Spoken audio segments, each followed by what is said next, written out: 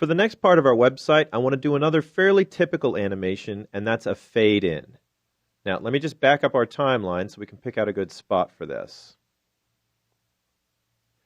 I'll reveal my photo montage layer. We'll just click in the eyeball channel where the red X is, and that'll bring it back up. And we had that set up so that at the beginning of the animation, it's going to appear right at this point. Now, if it just pops on the screen like that, that's not going to be too good. We could have it fly in like some of the other elements. But what I'd like to do is wait until our content panel appears and then bring in the picture. That kind of sets up the stage for it. Now, you can see the content panel kind of flying in behind it here. There we have it kind of sliding in, but it's kind of blocking that whole area. So the first thing I'm going to do is take our photo and move it down so that it's after the content panel comes in.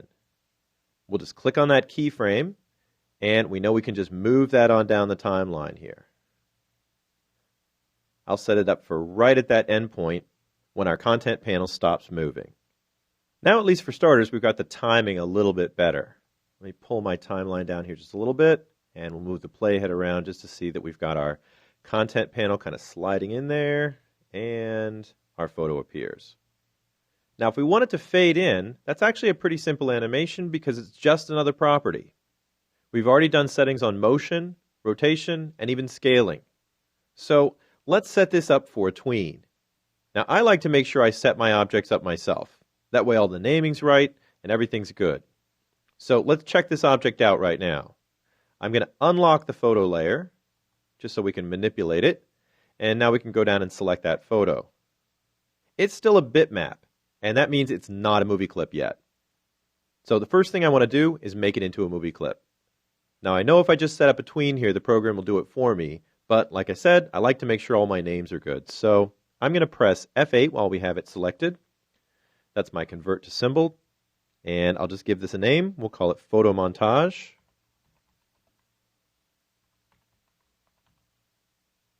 I'll go ahead and leave it as a movie clip, and I can even leave the registration point in the top left corner. We'll click OK, and now we've got our movie clip set up. The other thing that a tween's going to require is that this be in a layer by itself, and it already is. If you're ever wondering about that, you can just click on the layer, and it'll select every item in the layer, and you can check out to see what you have. That looks pretty good, so I think we're ready for a tween. I'm going to move my timeline down just a little bit, and we'll click away so we can see that we don't have any photo appearing until, looks like right around frame 62.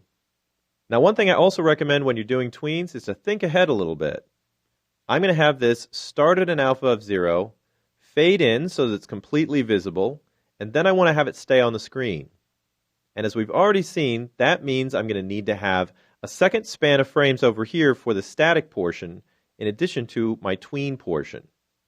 Now I'm sitting right here and I'm looking at my photo the way I want it to end up. So while we're at this point, I'm just going to go ahead and place another keyframe down here and create the second span. Remember, that's F6. Now I've got a span here at the end.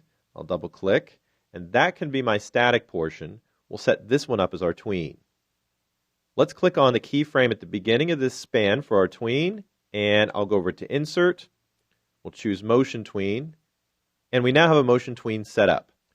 But remember, it's a blank tween. No property keyframes in here. Now, it's up to you what your preference is.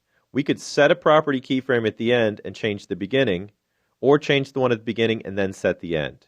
Whatever you're comfortable with.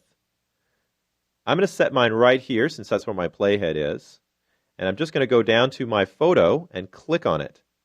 That gives me movie clip properties in my property window, and that's where my color effect and my alpha setting is. So we'll pull down to alpha. You can see it's at 100 to start with, and we'll just pull that right down to 0. Now my photo is completely invisible. We also know that if we set a change in a property at the very first keyframe and we don't have any property keyframes to change that property later, we won't have any animation. So it's just going to stay invisible. And of course, when we get to the next span, it's going to become suddenly visible. So I'm just going to set my playhead at the end of this motion tween, and we'll go change that property again. Now my property window isn't showing the right thing, so I'm going to click on the photo again. That brings my properties up. There's my alpha, and we can drag that right up to 100. Let's take a look at our tween. I'll just move my playhead back, and you can see that that fades in really nicely. So now we've got a nice choreographed motion of our panel coming in, and then our photo appears. Now let's just make one more change to our other animations using alpha. I'm going to back up my timeline a little bit for when my content panel's flying in. Now we just talked about this. If I go back to the beginning of my content panel motion tween, right here at the start, I'll click on that motion tween, and I'll click on my content panel. I can still make a change to the alpha of this object as well. Remember, it's a movie clip. Let me go into the alpha setting. I'll drop that back to, let's say, about 70. And now we have kind of a transparent panel. Now remember what we just said. If I have a property setting at the beginning of the animation, and I don't change that property throughout the rest of the motion tween, it'll stay constant. So that should set up our panel so that it's going to be transparent all the way through.